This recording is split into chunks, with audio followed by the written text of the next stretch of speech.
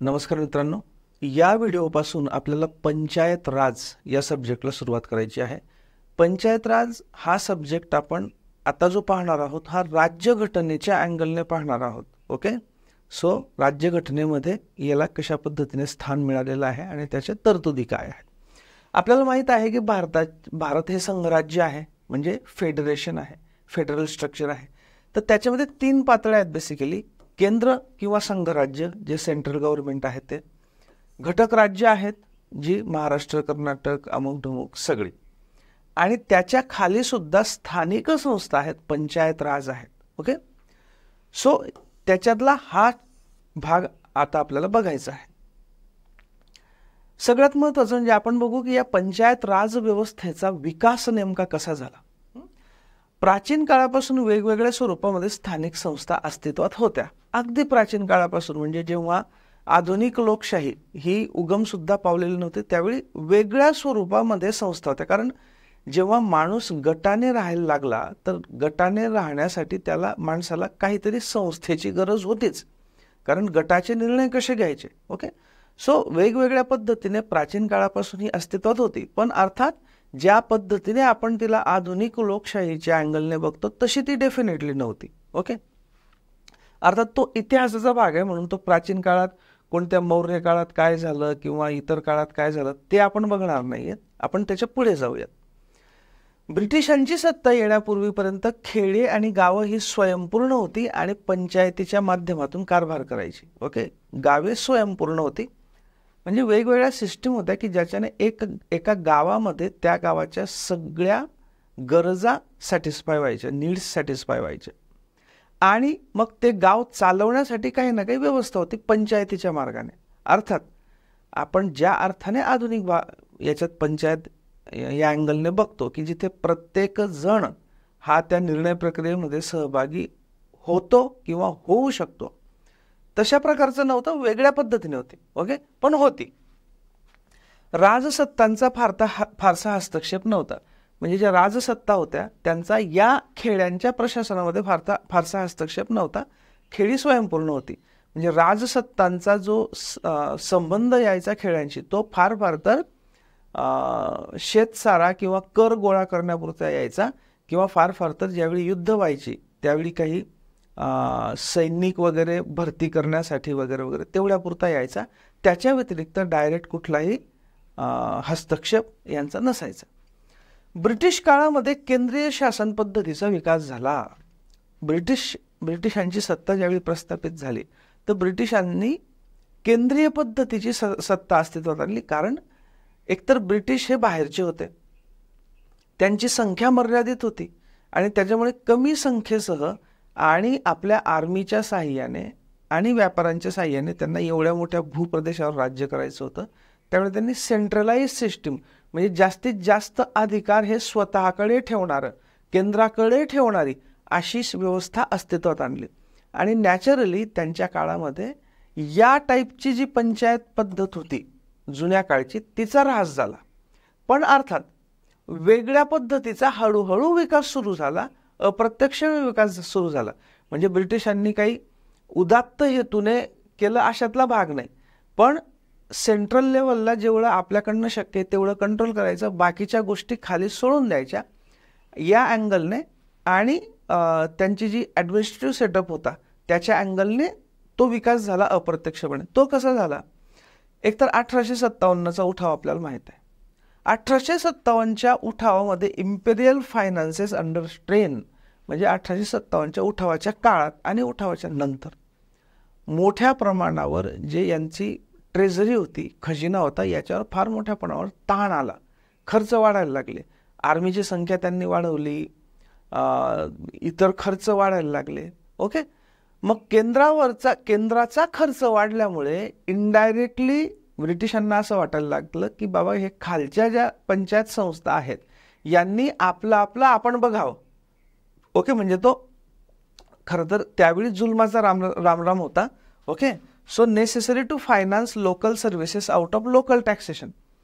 त्याच्यामुळे जे यांचा जो केंद्रीय खजिना होता, केंद्रीय खजिन्यावर ताण पडत होता. त्यामुळे ज्या खालच्या पंचायत संस्था आहेत, खालच्या इन्स्टिट्यूशन्स आहेत, पंचायत संस्थाच असं नाही, खालच्या ज्या काही गव्हर्नन्सच्या म्हणजे प्रशासनाच्या शासनाच्या इन्स्टिट्यूशन्स आहेत, संस्था आहेत, त्यांनी आपला आपला खर्च आपल्या आपल्या पद्धतीने कर उभारून आपला आपला भागवावा असा विचार ब्रिटिशांनी केला. आणि त्याच्यातनं मग मेयोचा ठराव, लॉर्ड मेयोचा ठराव 1870 याचा जन्म झाला. लॉर्ड मेयोचा ठराव 1870. त्याच्यामध्ये मग या लॉर्ड मेयोच्या ठरावाने बेसिकली ज्या खालच्या इन्स्टिट्यूशन्स होत्या, संस्था होत्या, त्यांना त्यांच्या पॉवर्स आणि रिस्पॉन्सिबिलिटीज म्हणजे अधिकार आणि जबाबदाऱ्या यांची वाढ करण्यात आली. आणि त्याच्यामुळे या इन्स्टिट्यूशन्सला, खालच्या गव्हर्नन्स इन्स्टिट्यूशन्सला थोडीशी एनकरेजमेंट मिळाली, प्रोत्साहन मिळालं लॉर्ड मेयोच्या ठरावाने. ठीक आहे. काय काय आलं त्याच्याने? कन्सेप्ट ऑफ इलेक्टेड रिप्रेझेंटेटिव्ह, म्हणजे पहिल्यांदा कन्सेप्ट ऑफ इलेक्टेड रिप्रेझेंटेटिव्ह म्हणजे निवडणुकीद्वारे आलेले प्रतिनिधी यांची संकल्पना या मेयोच्या ठरावानंतर आली. कशामध्ये? मात्र फक्त शहरी म्युनिसिपालिटीजमध्ये. कारण तसं बघायला गेलं तर इंग्रजांचे जे एस्टॅब्लिशमेंट होत्या या मेनली शहरांमध्ये होत्या. ओके. सो तिथे त्यांचं जास्त लक्ष असणं साहजिक होतं. तर या शहरी म्युनिसिपालिटीजमध्ये ही पद्धत आली पहिल्यांदा. काय? इलेक्टेड रिप्रेझेंटेटिव्ह म्हणजे निवडून दिले गेलेले प्रतिनिधी. त्याच्यानंतर रिपन 1882, लॉर्ड रिपन 1882 याने काय केलं? याने एक लोकशाही चौकट पंचायत राज संस्थांसाठी घालून दिली. ओके. ऑल बोर्ड्स म्हणजे त्यावेळी बोर्ड्स होते, शहरांच्या लेवलला बोर्ड्स होते त्यावेळी, म्युनिसिपालिटीच्या ऐवजी बोर्ड्स होते. तर या बोर्डांमध्ये कमीत कमी 2/3 हे नॉन ऑफिशियल, ऑफिशियल म्हणजे काय? सरकारचे प्रतिनिधी. नॉन ऑफिशियल म्हणजे बिगर सरकारी प्रतिनिधी हे या बोर्डांवर कमीत कमी 2/3 सभासद हे बिगर सरकारी नॉन ऑफिशियल असले पाहिजेत असं लॉर्ड रिपनने ठरवलं. ओके. आणि ज्यांची निवडणूक, अर्थात निवडणुकीने ते जरी ते येत असले, निवडणुकीचा म्हणजे मतदानाचा हक्क फार मर्यादित लोकांना होता. पण काही का असे ना, निवडणुकीच्या तत्वाद्वारे निवडले गेलेले बिगर सरकारी सभासद हे कमीत कमी 2/3 असले पाहिजेत, हे लॉर्ड रिपनने आणलं. ओके. राईट. आणि जो चेअरमन, या बोर्डांचा चेअरमन असेल, हा सुद्धा या बिगर सरकारी सभासदांमधलाच असेल, हे लॉर्ड रिपनने केलं. आणि त्याच्यामुळे मोठ्या प्रमाणावर लोकशाही संस्थांना चालना मिळायला सुरुवात झाली. ओके. किंबहुना लॉर्ड रिपनच्या या सुधारणांना Magna carta of local democracy in India म्हणजे भारतातल्या स्थानिक लोकशाहीचा मॅग्ना कार्टा, म्हणजे ज्याच्याने लोकांना अधिकार मिळतात लोकशाहीचे, असा मॅग्ना कार्टा म्हटलं जातं. कशाला? लॉर्ड रिपनच्या सुधारणांना. ओके. त्याच्यानंतर आलं रॉयल कमिशन ऑन डिसेंट्रलायझेशन 1907 मध्ये रॉयल कमिशनची स्थापना करण्यात आली. ओके. त्याचे चेअरमन होते CEH Hobhouse. Okay. Recognise the importance of panchayat at village level. हे जे रॉयल कमिशन होतं हॉबहाऊस यांच्या नेतृत्वाखाली, यांनी काय मान्य केलं? यांनी मान्य केलं किंवा यांनी महत्त्व दिलं ते ग्रामीण स्तरावरच्या पंचायत संस्थांना. आतापर्यंत जी चर्चा चालू होती आपली ती सगळी शहरी संस्थांची चालू होती. हॉबहाऊस यांच्या अध्यक्षतेखालच्या रॉयल कमिशनने व्हिलेज लेवल म्हणजे गावाच्या स्तरावरच्या पंचायत राज संस्थांना सुद्धा महत्त्वाची भूमिका असावी हे मत मांडलं. ओके. त्यानंतर मॉन्टेग्यू चेम्सफोर्ड सुधारणा आल्या 1919 मध्ये. हे तुम्ही इतिहासामध्ये वाचलेलंच आहे. 1919 मॉन्टेग्यू चेम्सफोर्ड सुधारणा. यांनी लोकल गव्हर्नमेंट म्हणजे स्थानिक शासन हा विषय कोणाकडे दिला? प्रोव्हिन्सेस म्हणजे त्यावेळच्या प्रांतांकडे दिला. म्हणजे त्यावेळचे प्रांत म्हणजे आताचे राज्य समजू शकतो आपण. तर तो प्रांतांना म्हणजे राज्यांना केला. कधी? 1919चे मॉन्टेग्यू चेम्सफोर्ड सुधारणा. ओके. या मॉन्टेग्यू चेम्सफोर्ड सुधारणा ज्या होत्या त्यांनी अजून काय शिफारस केली की ज्या लोकल बॉडीज आहेत, लोकल बॉडीज म्हणजे स्थानिक संस्था आहेत, यांना या लोकल बॉडीज, या स्थानिक संस्था जास्तीत जास्त बाह्य अतिक्रमणापासून किंवा बाह्य नियंत्रणापासून मुक्त असल्या पाहिजेत, एक्सटर्नल कंट्रोलपासून मुक्त असल्या पाहिजेत, अशी पण हे केली. मात्र याच्यामध्ये फक्त काही खेळांचा समावेश होता आणि त्याच्यामुळे त्या काही फारशा 1919च्या सुधारणांनंतर फार काही क्रांती झाली असं नाही, पण तरीसुद्धा काही ना काही विकास झाला हे आपल्याला म्हणता येईल. ओके. 1925मध्ये 8 प्रांतांनी पंचायतीची संबंधीचे कायदे केले, म्हणजे 1919च्या सुधारणांचा परिपाक म्हणून 1925मध्ये 8 प्रांतांनी काय केले, पंचायत कायदे केले. आणि 1926 पर्यंत 6 प्रिन्सली स्टेट्स म्हणजे संस्थानं यांनी सुद्धा पंचायतीचे कायदे केले. तर अशा पद्धतीने हा 1925 पर्यंत थोडा विकास झाला.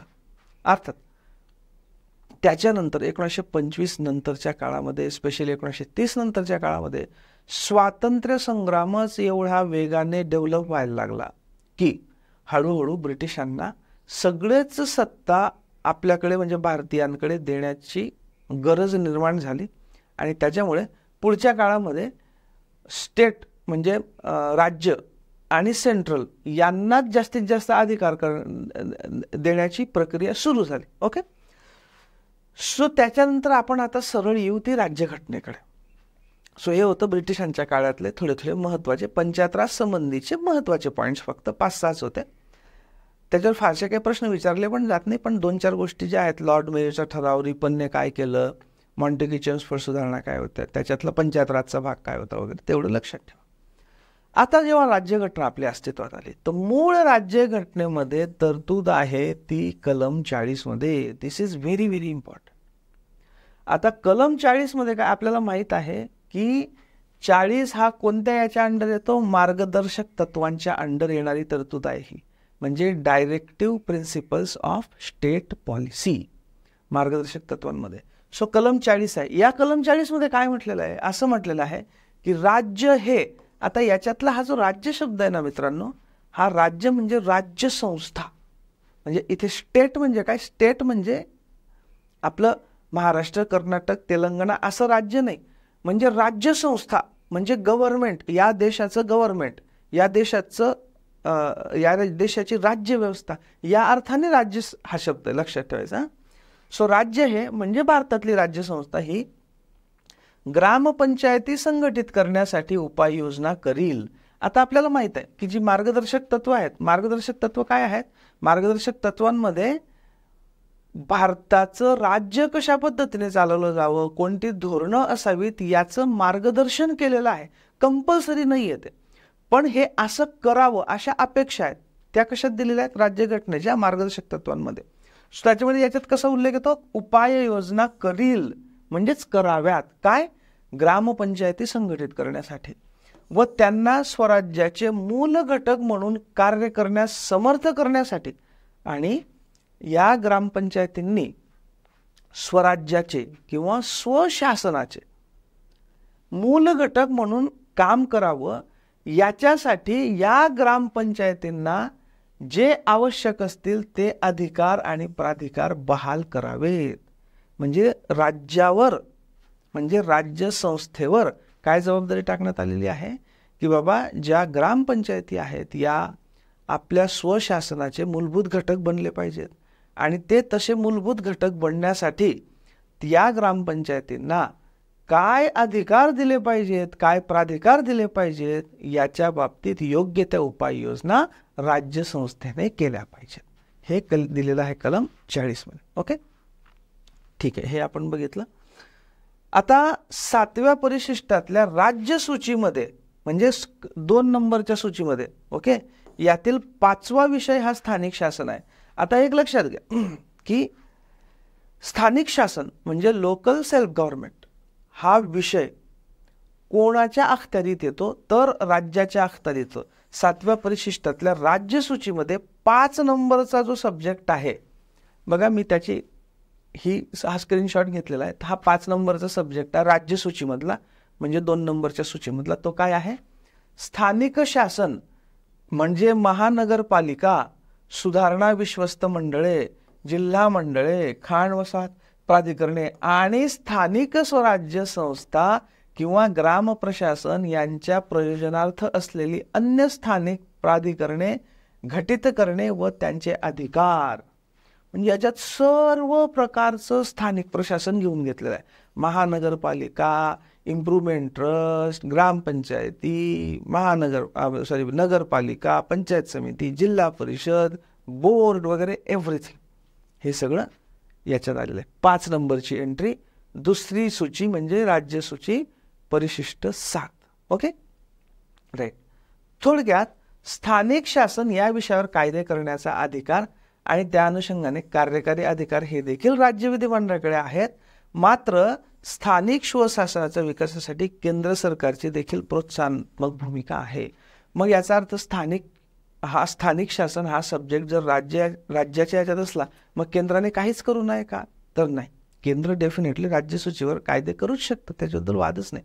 आणि त्या अर्थाने मग नंतर घटना दुरुस्तीच केल्या गेलेल्या आहेत, त्या आपण पुढे पाहणारच आहोत.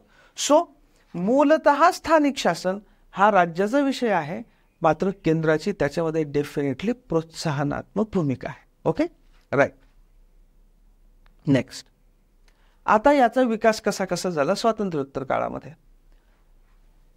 काँग्रेस पक्षाने एक समिती इंटरनल स्थापन केली होती, गुलझारीलाल नंदा समिती. ही काँग्रेस पक्षाची होती, म्हणजे त्या अर्थाने सरकारची समिती अशी नव्हती, काँग्रेस पक्षाची समिती होती. याचे सदस्य होते गुलझारीलाल नंदा, बाबू जगजीवन राम आणि केशव मालवीय. या गुलझारीलाल नंदा समितीने मेनली काय शिफारसी केला की सत्तेचं विकेंद्रीकरण झालं पाहिजे. म्हणजे आता जे फक्त केंद्र सरकारकडे आणि राज्य सरकारकडे सगळे अधिकार असतात, याचं विकेंद्रीकरण म्हणजे केंद्राकडे असणारे जे अधिकार आहेत आणि जबाबदाऱ्या आहेत त्या विकेंद्रित म्हणजे खाली ट्रान्सफर केल्या पाहिजेत. याला आपण विकेंद्रीकरण म्हणतो, डिसेंट्रलायझेशन म्हणतो. पंचायत राज व्यवस्थेला प्रोत्साहन दिलं पाहिजे, पक्षीय राजकारणापासून ग्रामपंचायतींना दूर ठेवलं पाहिजे आणि प्रौढ मतदान पद्धतीने निवडणुका झाल्या पाहिजेत. अशा बेसिक शिफारसी गुलझारीलाल नंदा समितीने केल्या होत्या. त्याच्यानंतर एक सिमला परिषद झाली 1954 मध्ये. सिमला परिषद स्वातंत्र्याच्या पूर्वी पण झालेली होती, जी स्वातंत्र्य लढ्याशी संबंधित आहे. तिचा इथे काही संबंध नाही, हे स्वातंत्र्यानंतरची आहे. सिमला परिषद 1954 जून 1954 मध्ये. आता ही सुद्धा त्या अर्थाने अशी काही ऑफिशियल सरकारी परिषद नव्हती. तत्कालीन केंद्रीय आरोग्य मंत्री होत्या श्रीमती कौर, यांनी ही भरवलेली होती. ओके, तर या शिमला परिषदेने काय काय शिफारसी केल्या की ग्रामपंचायतीमध्ये सर्व जनतेला प्रतिनिधित्व मिळालं पाहिजे. ग्रामपंचायतीमध्ये सर्व जनतेला प्रतिनिधित्व मिळालं पाहिजे. ग्रामपंचायतीच्या अर्थसंकल्पांना आणि इतर विकास कार्यक्रमांना गावाच्या बैठकीत मंजुरीसाठी मांडलं गेलं पाहिजे. काही विकास योजना असेल गावासाठी किंवा गावाचा जो अर्थसंकल्प असतो हा या गावाच्या बैठकीत म्हणजे गावातल्या सर्व लोकांच्या बैठकीत त्याला मंजुरी मिळाली पाहिजे. ग्राम विकासासाठी ग्रामपंचायतींना शासकीय अनुदाने देण्यात यावी, कारण ग्रामपंचायतीला असे स्वतःचे खूप सोर्सेस नसतात, आर्थिक स्रोत नसतात. त्याच्यामुळे सरकारने त्यांना अनुदानं दिली पाहिजेत ग्राम विकासासाठी. ओके, 27 जून 1954 रोजी या समितीच्या शिफारसी स्वीकृत करण्यात आल्या. म्हणजे बा इन प्रिन्सिपल ठीक आहे, या पद्धतीने आपण काम करू असं ठरवण्यात आलं.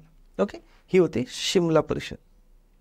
त्याच्यानंतर जी महत्वाची, आता इथून ज्या सुरू होतात या ॲक्च्युली सरकारी समित्या आहेत, या अर्थाने की त्या शासनाने स्थापित केलेल्या होत्या. सो बळवंतराय मेहता समिती 1957 अतिशय इम्पॉर्टंट आहे. जानेवारी 1957 मध्ये जी स्थापना झाली. ॲक्च्युली त्यावेळी स्वातंत्र्यानंतर लगेचच 2 महत्त्वाचे कार्यक्रम सुरू झालेले होते. एक होता समुदाय विकास कार्यक्रम 1952चा, CDP कम्युनिटी डेव्हलपमेंट प्रोग्राम, समुदाय विकास कार्यक्रम. ओके, हा एक होता. दुसरा होता राष्ट्रीय विस्तार सेवा 1953. तर या दोन महत्वाच्या ज्या योजना होत्या, ज्या चालू होत्या तोपर्यंत 1957 पर्यंत चालू होत्या, या योजनांचं परीक्षण करून त्यांना अधिक कार्यक्षमपणे चालवण्यासाठी कोणत्या योजना कराव्यात, कोणते उपाय करावेत, याच्यासाठी ही समिती होती. लक्षात घ्या, ही डेडिकेटेडली पंचायत राजसाठी अशी म्हणून समिती नव्हती. समुदाय विकास कार्यक्रम आणि राष्ट्रीय विस्तार योजना किंवा राष्ट्रीय विस्तार सेवा या दोन महत्वाच्या ज्या विकास योजना होत्या त्यांचं परीक्षण करणे आणि त्या योजनांना अधिक कार्यक्षम कसं करता येईल याच्या बाबतीतल्या उपाययोजना सुचवणे, याच्यासाठी ही समिती होती. ओके. या समितीने अहवाल दिला नोव्हेंबर 1957 मध्ये आणि त्यांनी महत्वाच्या काय शिफारसी केल्या. त्यांनी लोकशाही विकेंद्रीकरण ही संकल्पना मांडली. दिस इज व्हेरी इम्पॉर्टंट. लोकशाही विकेंद्रीकरण, डेमोक्रॅटिक डिसेंट्रलायझेशन, म्हणजे लोकशाही जी आहे ज्याच्यामध्ये लोकांचं राज्य असतं, हे लोकांचं राज्य, या लोकांच्या राज्याचं डिसेंट्रलायझेशन म्हणजे विकेंद्रीकरण झालं पाहिजे. म्हणजे अगदी खालच्या लेवलपर्यंत सुद्धा निर्णय प्रक्रिया ही डेमोक्रॅटिक पद्धतीने, लोकशाही पद्धतीने घेतली गेली पाहिजे. आपल्याला काय हवं काय नको हे खालच्या लेवलला सुद्धा लोकांनी ठरवलं पाहिजे. त्या योजना राबवण्यासाठी जास्तीत जास्त रिसोर्स म्हणजे स्रोत, संसाधनं हे सुद्धा लोकांना, ते संसाधनं उभे करण्यासाठी लोकांना अधिकार दिले पाहिजेत खालच्या लेवलला. याला आपण म्हणतो लोकशाही विकेंद्रीकरण, डेमोक्रॅटिक डिसेंट्रलायझेशन. ही संकल्पना बळवंतराय समितीने मांडली. ओके. याच संकल्पनेला पुढील काळात पंचायत राज हे नाव मिळालं. दिस इज इम्पॉर्टंट. तर ही जी बळवंतराय मेहता समितीने मांडलेली संकल्पना होती लोकशाही विकेंद्रीकरण, डेमोक्रॅटिक डिसेंट्रलायझेशन, याच संकल्पनेला पुढचं नाव काय मिळालं, ते नाव म्हणजे पंचायत राज. ओके. ही जी लोकशाही विकेंद्रीकरणाची व्यवस्था आहे ती 3 स्तरांची असावी असं मेहता समितीने सुचवलं. त्रिस्तरीय.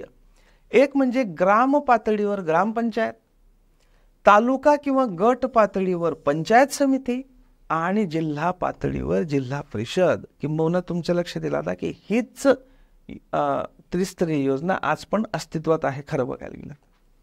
या 3 स्तरांना अप्रत्यक्ष निवडणुकीच्या धागाने जोडलं जावं. म्हणजे काय, बळवंतराय मेहता समितीची काय होती की या 3 ज्या लेवल आहेत, म्हणजे इथे ग्रामपंचायत, त्याच्यानंतर गट स्तरावर पंचायत समिती आणि जिल्हा स्तरावर जीप म्हणजे जिल्हा परिषद, बरोबर, यांना अप्रत्यक्ष निवडणुकीच्या धाग्याने जोडण्यात यावं. याचा अर्थ काय, याचा अर्थ असा की ग्रामपंचायतीचे जे सदस्य आहेत त्यांनी अप्रत्यक्ष निवडणुकीने पंचायत समितीच्या सदस्यांना निवडून द्यावं. पंचायत समितीच्या सदस्यांनी किंवा दोघांनी मिळून अप्रत्यक्ष निवडणुकीद्वारे जिल्हा परिषदेच्या सदस्यांना निवडून द्यावं. अशा पद्धतीने ते जोडावं. असं अर्थात हे प्रत्यक्षात आलं नाही. बळवंतराय मेहता समिती भारत सरकारने स्थापन केली होती, हे तर आपण बघितलं. ग्रामपंचायत सदस्यांची निवड ही प्रौढ आणि प्रत्यक्ष मतदानाने व्हावी. ओके. म्हणजे ही जी पहिली आहे ग्रामपंचायत सदस्यांची निवड ही प्रत्यक्ष आणि प्रौढ मतदानाने व्हावी. त्याच्यानंतर मात्र अप्रत्यक्ष मतदान. सो पंचायत समिती आणि जिल्हा परिषद सदस्यांची निवडणूक अप्रत्यक्ष मतदान पद्धतीने, म्हणजे ग्रामपंचायती सदस्यांनी पंचायत समितीवाल्यांना, पंचायत समितीवाल्यांच्या सदस्यांनी जिल्हा परिषदांना, असं अप्रत्यक्ष मतदान. कर चुकवणाऱ्या व्यक्तींना मतदानाच्या अधिकारापासून वंचित ठेवावं, ही पण समितीची शिफारस होती.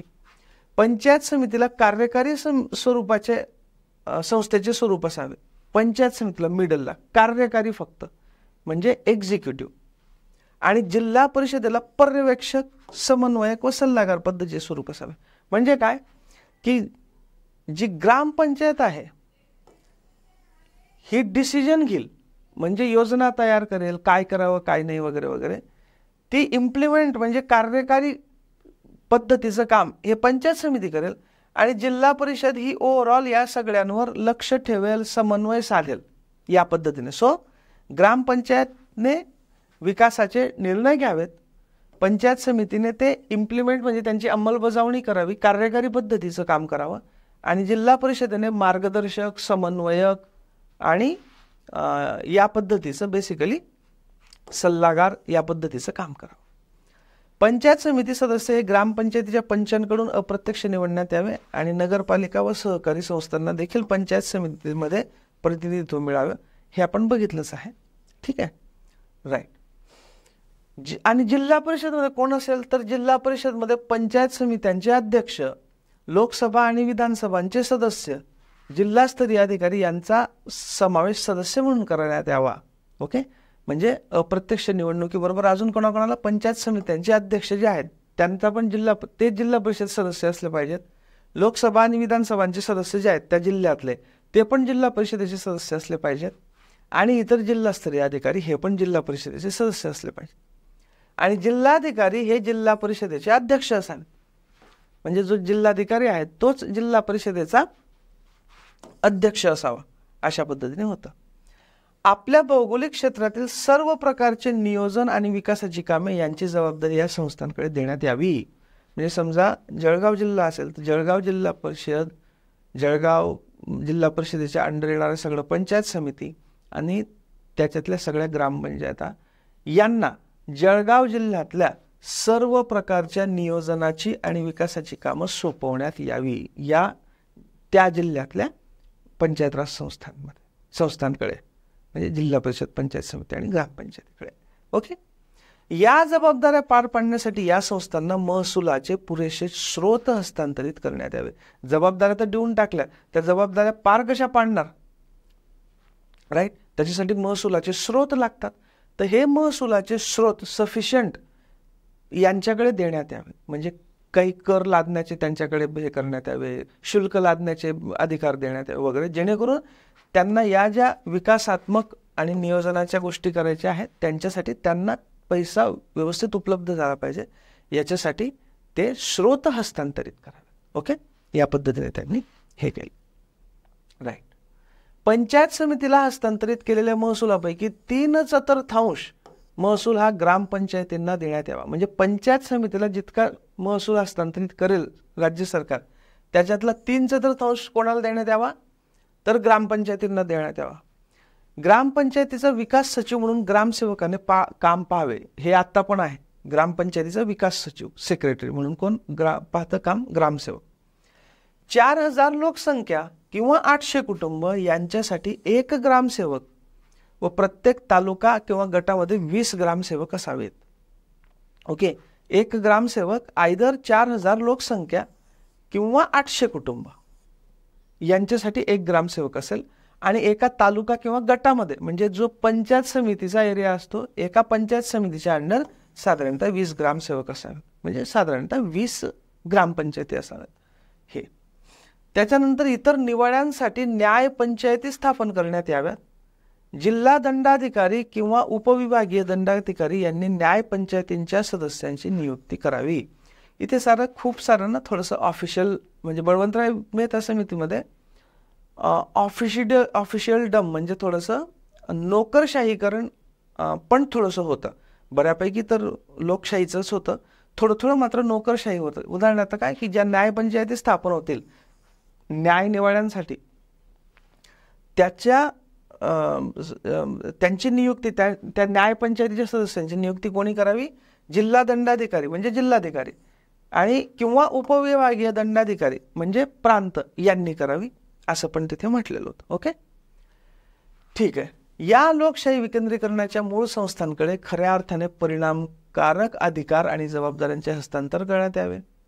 ओके, आणि राज्य शासनाने त्यांच्यावर केवळ देखरेख आणि नियंत्रणाचं काम करावं आणि नियोजनासंदर्भात योग्य ते मार्गदर्शन आणि आर्थिक सहकार्य करावं.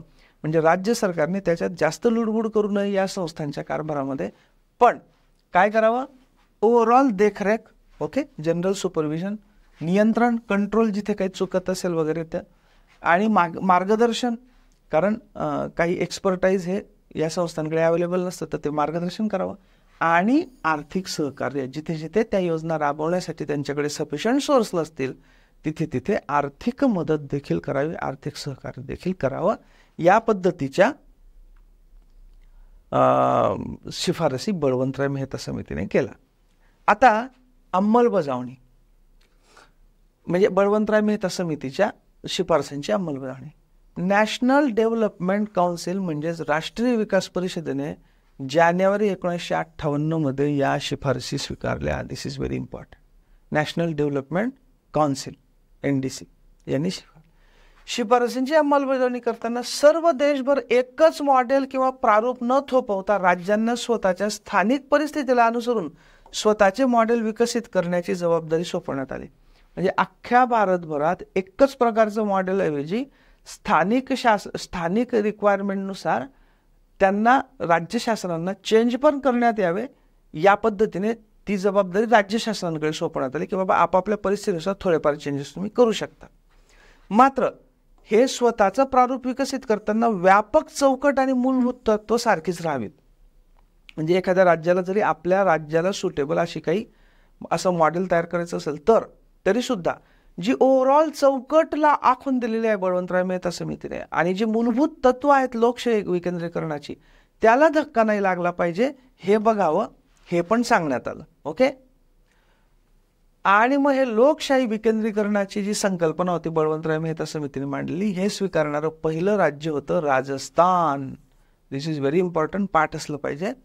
2 ऑक्टोबर 1959 रोजी, तारीख पक्की लक्षात ठेवा, 2 ऑक्टोबर 1959 रोजी राजस्थानमधल्या नागौर जिल्ह्यामध्ये तत्कालीन पंतप्रधान पंडित जवाहरलाल नेहरू यांच्या हस्ते पंचायत राज व्यवस्थेचे उद्घाटन करण्यात आले. किती व्हिजन होती बघा.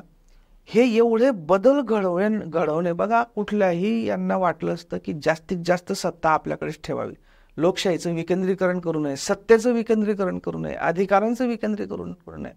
परंतु पंडित जवाहरलाल नेहरूंची जी व्हिजन होती ती खरोखर, कारण त्यांनी संपूर्ण स्वातंत्र्य लढ्यामध्ये भाग घेऊन आणि त्या सगळ्या प्रकारच्या गोष्टी त्यांनी बघितल्या होत्या. सो त्यांनी त्यांच्या हस्ते हे 2 ऑक्टोबर 1959 राजस्थानच्या नागौर जिल्ह्यात हे उद्घाटन करण्यात आलं. आणि या स्थानिक शासनाच्या व्यवस्थेला पंचायत राज असं नाव तेव्हापासून पडलं. ओके. नंतर 1959 मध्ये आंध्र प्रदेशने पंचायत राज मॉडेल स्वीकारलं आणि 60 ते 65 या काळात बहुतेक सर्व राज्यांनी या व्यवस्थेचा स्वीकार केला. मात्र सर्व राज्यांची प्रारूपे ही थोडी थोडी वेगळी होती आणि अर्थात तसंच अपेक्षित होतं. Okay, right. अशा पद्धतीने बळवंतराय मेहता समितीच्या शिफारशींची हळूहळू अंमलबजावणी सुरू झाली. ओके. सो या लेक्चरमध्ये आपण इथे थांबू. पुढच्या लेक्चरपासून आपण अशोक मेहता समिती आणि त्यानंतरच्या ज्या महत्त्वाच्या समिती आहेत तिथपासून तर प्रत्यक्षात घटना दुरुस्तीपर्यंत इतर शिफारसी बघू. ओके. तोपर्यंत थँक्यू व्हेरी मच.